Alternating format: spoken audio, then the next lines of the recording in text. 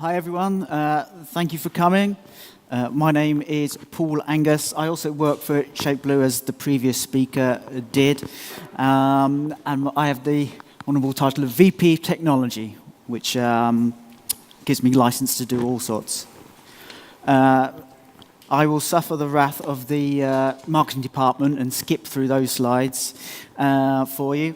But basically, as you can see, I've worked with CloudStack for a very long time now, probably since it's been donated as well, and I'm a committer and PMC member on the project. So as I say, we'll skip through those. If you're really keen, they'll be on SlideShare later, so you can go back and look at them. So what I'm going to talk about is the 4.11 release. I think some people probably can do this talk for me by now. But I'll have a look at I'll break down the features that are in it into the user, operator, the integrations that have been done, and some of the work we've done on the internals. And also to say, at the moment, the 4.11.1, so our first kind of patch on that, is going through voting at the moment to be released, hopefully in the next week or so. It's looking quite good at the moment. So some of the things we talk about have been slightly enhanced or tweaked in that release. So the first release was 29th of January, and as I say, we're just cutting, hopefully, the next version, the next slight upgrade to that at the moment. But what was interesting about it was that it took 8 months to get from version 10 to version 11, or 4.10 to 4.11. But you could see by looking at the commits, there were 30 different sources of input into that release. So the community was all putting in a lot of work and effort. There were hundreds of updates. There were, as I say, more than 30 full new features went into 4.11. So 4.11 was a bit of a jump forward. And in terms of the test coverage, we're continually working hard on that automated testing that we do. And again, we had the biggest coverage that we'd ever had in that release as well. So just quickly going through all the features that went in there. That one was one of my favorites. And apologies for any Google Translate blemishes in that. Maybe it doesn't quite say what I think it says, but there we go. So any questions? No. Okay, in that case, I'll go through some of these a bit slower for you. And I'll start with, or I'm going to loosely call the user features that end users are going to take advantage of. The top three, I'll kind of skip through because I will come back to those and look at them in more detail. But in terms of improvements we've got, then lots of little bits in the UI we've done. I think there is actually a slide on that. We now support in VMware the idea of a template being able to have multiple disks. So whereas before you had to import a template and you had to import a root disk, and then if you did need data disks or what have you imported, you'd have to do that separately and put them together yourself. In this now you can import, say, the most obvious ones like a Windows VM that's got its root disk, and then separately you've added a data disk as well. You can bundle that up. And that's on the way to moving towards making it easier to import appliances, vendors' appliances, as network appliances straight in. And also has been added the use of a config drive for user data and metadata and passing over a password. Those are for instances when you don't have a virtual router.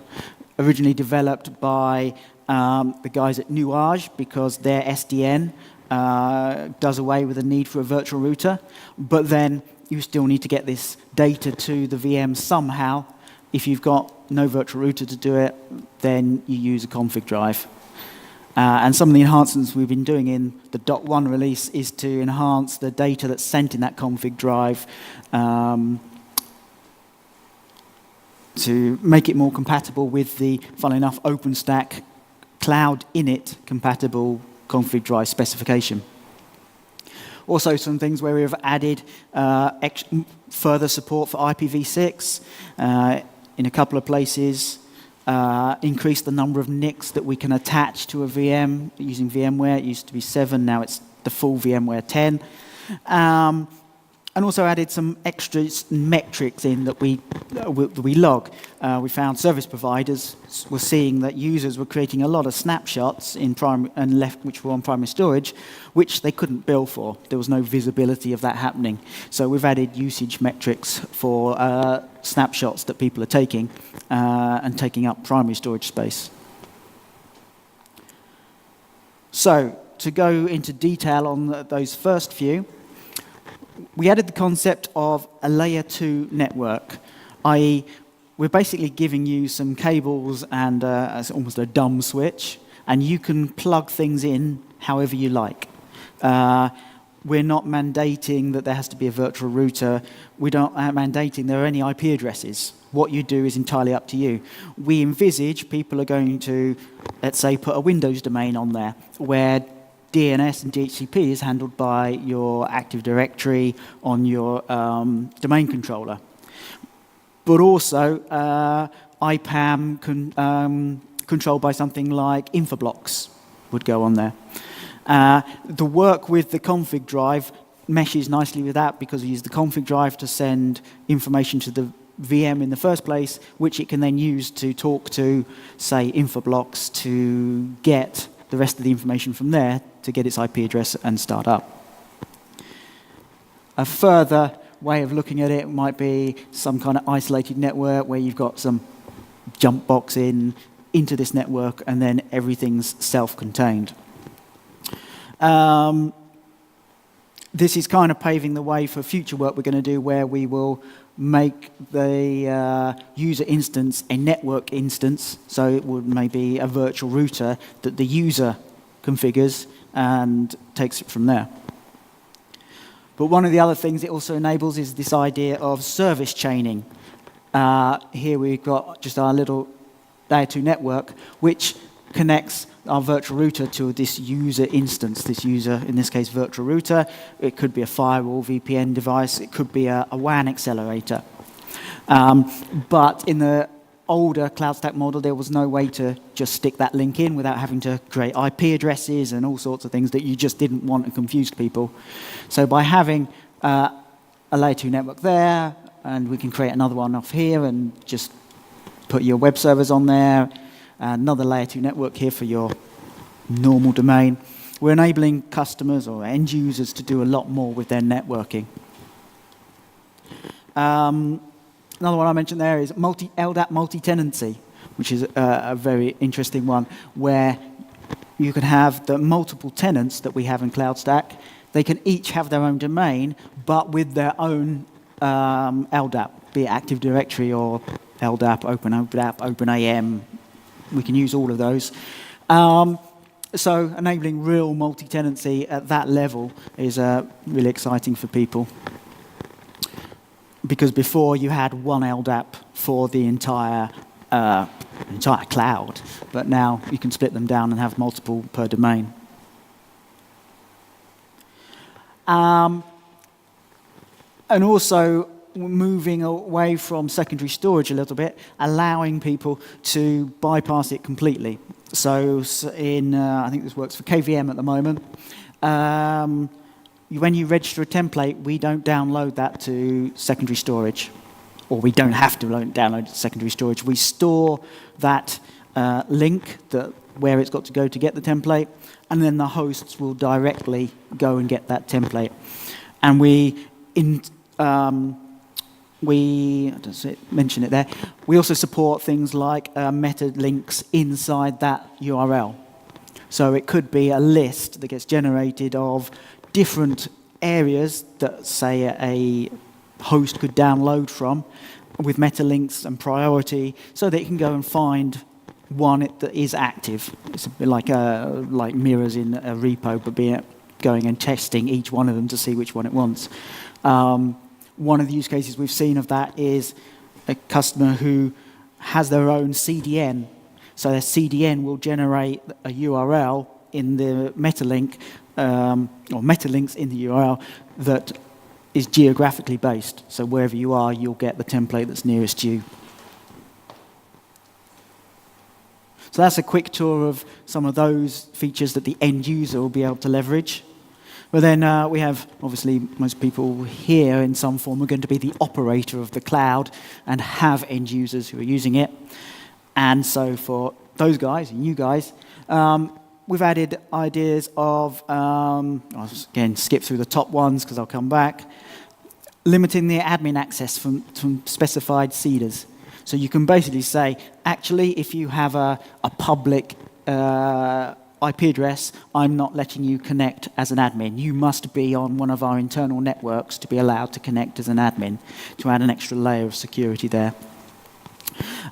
We've allowed the expansion of the management IP range. We have to, when we create a pod, explain how many IP addresses and what those IP addresses are that our system can use, that are reserved for it.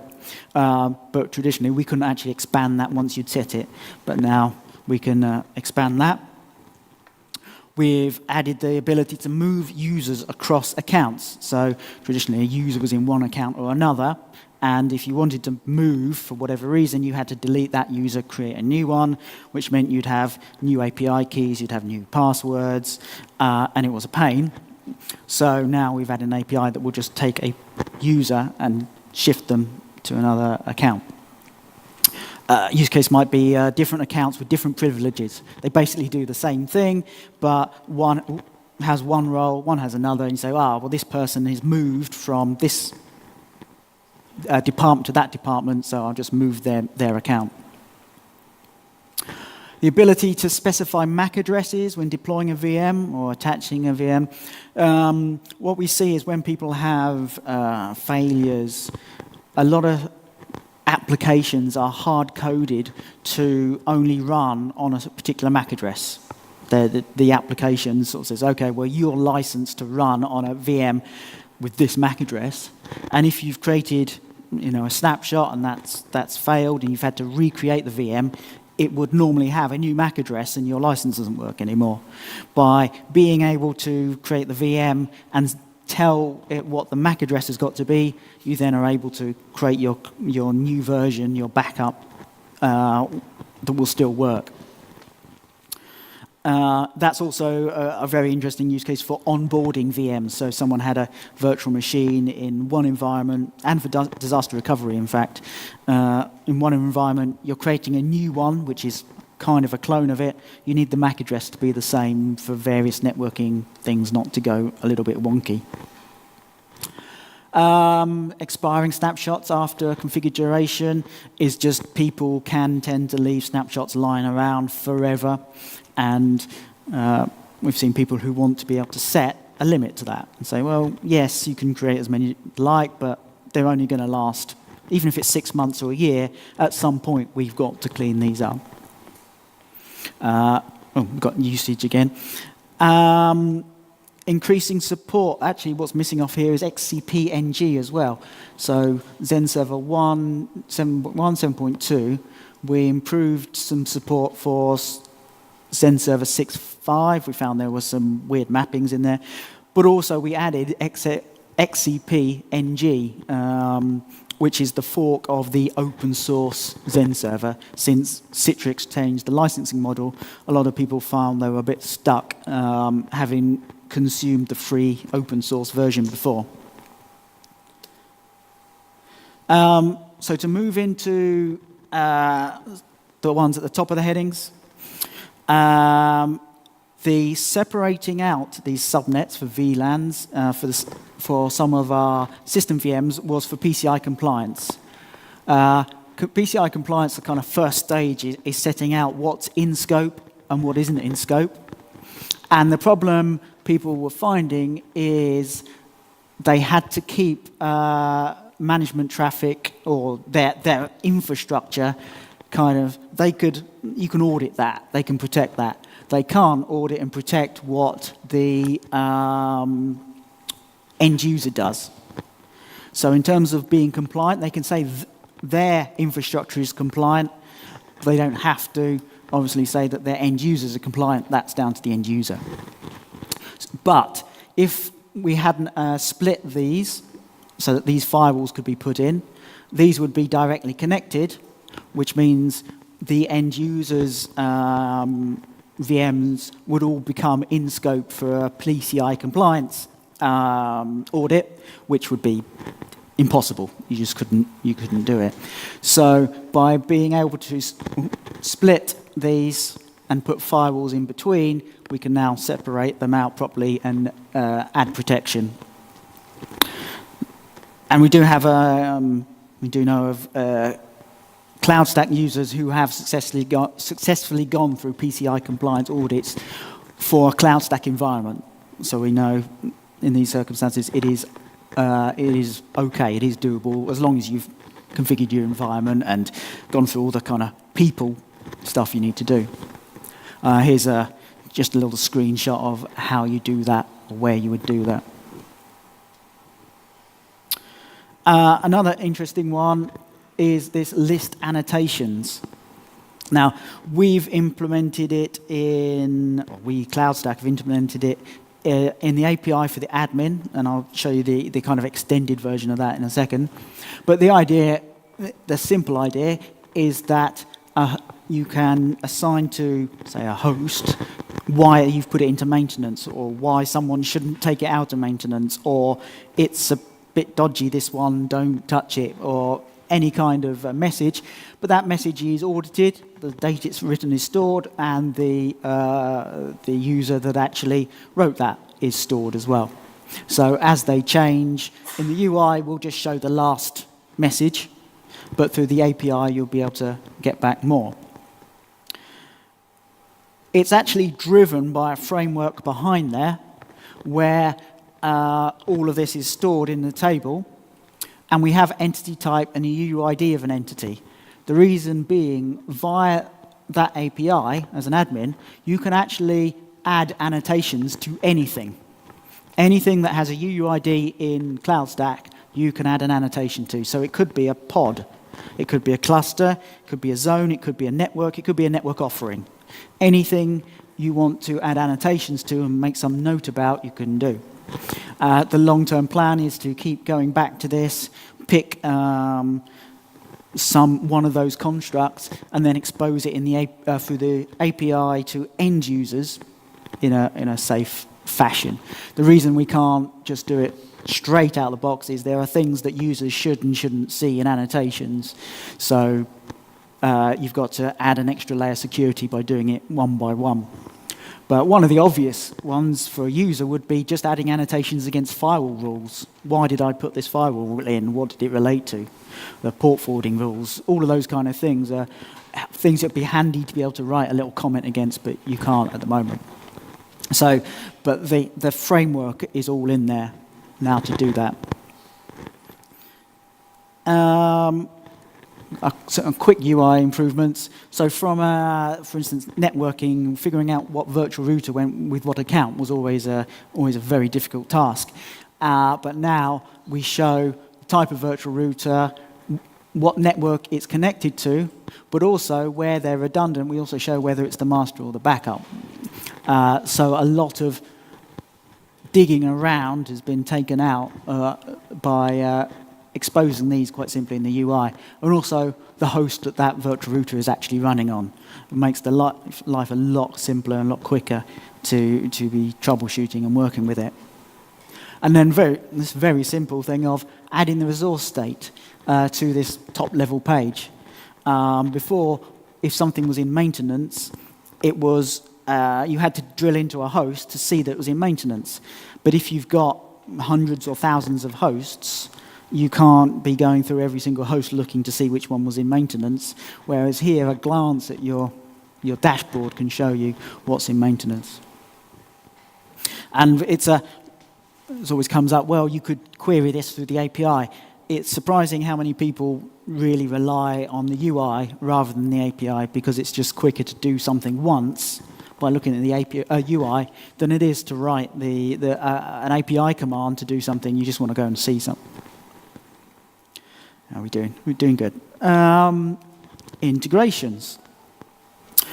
So one of the great things about CloudStack is how it's been developed to work with other things. You know, a cloud doesn't live in isolation. You want to connect things in, be it above with PaaS layers, be it below with storage integrations, or to the side where we've got some things about metrics and Hyperstore here. So I will, again, take these bottom ones first.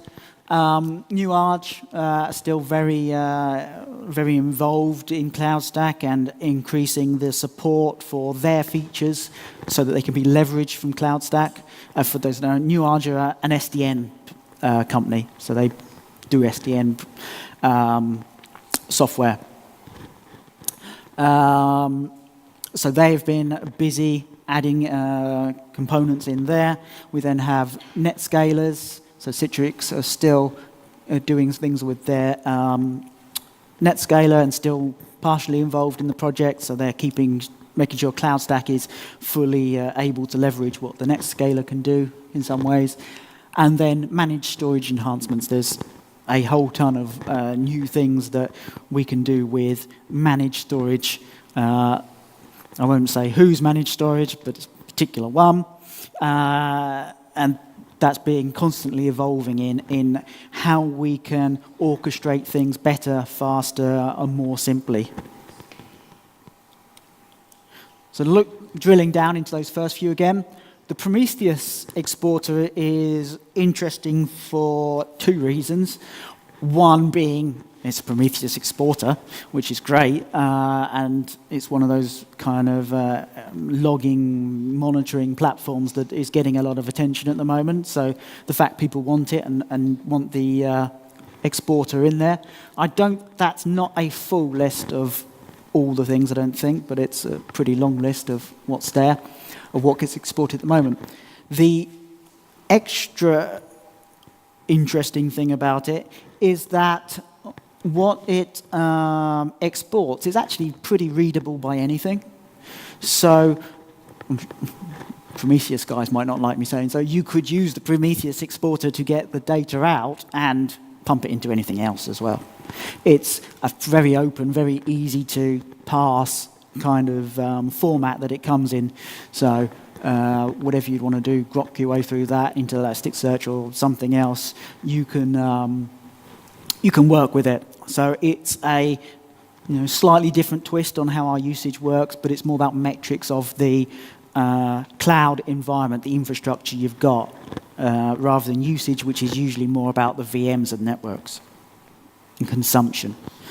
And then Cloudian, again, they're an S3 compliant storage vendor, if you like, but they see the way things are going and very keen to make sure that people use, link up their S3 usage with CloudStack. So they've got this single pane of glass.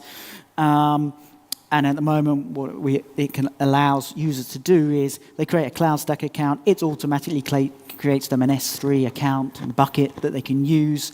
Logging in and out of CloudStack logs them in and out of that bucket, so it's a single sign-on. And it's all done automated. It's very, very kind of smooth. I'm very interested to see how people start using that because I know the Cloudian guys want to know what more they can do. They're really interested in getting feedback about how they can push forward and someone who's using a cloud and uses S3, I've got these VMs, I've got this S3, how do you want to tie those together and how can we make that more seamless through CloudStack? So they're very interested in where that's going. And then some on the internals. So CloudStack itself, obviously, we always want it to be moving forward. We want it to be doing new things and doing things better. And obviously, you can see there's a lot of stuff on security as well, making sure we're up to date and doing best practices and doing whatever we can. Separation of volume snapshot creation is about basically when you're doing a snapshot of something large, it takes a long time, it ties up a load of resources, and also it keeps the user waiting while it's happening. So this is allowing asynchronous transfers of that to say, yeah, it's done, get on with whatever you're doing, we'll worry about the actual transfer of your snapshot to secondary storage, you just carry on with what you're up to. We've moved from, sorry for the Tomcat guys who downstairs, moved away from using Tomcat to embedded Jetty. Not for any reasons of disliking Tomcat particularly, it's just that we were getting users who were getting confused. There were different versions of Tomcat, some things did things better than others. And we decided as a project it was much easier to help people if we were starting from a consistent point. So we moved to using embedded Jetty as part of our build instead. And also, it doesn't say in there, we moved to using a single fat jar rather than lots and lots of jar files knocking around the place. So we've tried to streamline it all and move forward with that. Java 9, I think, is already out, but or very soon. But we've now upgraded to Java 8. So although we used Java 8 in the actual usage, a lot of our build tooling was still Java 7, so that was all upgraded to make everything work better together. And in our internal system VM, we've updated that. Which leads on, or was done because we changed to Debian 9 for our system VM. So that was 7 before. It was causing problems with security patches because we had to wait quite a long time for them to get down to 7 before those got patched. Obviously, lots of packages that we were using were getting out of date and weren't being upgraded. So we've moved to Debian 9. And rejigged the startup procedure a bit. So rather than it starting, patching, restarting, patching a bit more, potentially restarting again, we've moved it all around so that it's once it's started, it patches and it's good to go. Host HA has got a lot of people confused because VMHA and host HA are not the same thing, and they're not quite trying to do the same jobs, although there is an overlap. The VMHA that we had in CloudStack was about a virtual machine stopping responding or being stopped, the hypervisor reporting to CloudStack that it stopped, and then us starting it up again somewhere else if it was supposed to be an HA instance.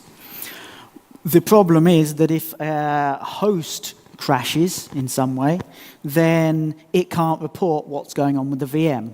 So we can't know. We can't know if the VM's still running. We can't know what the failure was. Was it the host has just frozen? Is the host rebooted? Is it actually just the management network?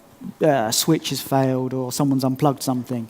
Or has the agent itself, the CloudStack agent we have running, has that crashed? In which case everything else is fine, it's just our agent needs rebooting. So we can't tell what's happening there. So we can't start that VM somewhere else. We are going to have the possibility of a split brain. Either two VMs running at the same time, doing two different things so everyone thinks they're the same. So you've got two IP in two places. Or worse, they're running on the same disk, which means you've got two things trying to write to the same disk, doing different things. Again, because write it off. That's never going to be used again. So the thing with host HA is we have to have some shared storage so that other hosts can look in. But basically, we monitor the disk activity of the virtual machine guests. So a host becomes unavailable. We start looking at the virtual machines that host had on it, and looking at the storage and saying, is anything getting written to disk by those virtual machines?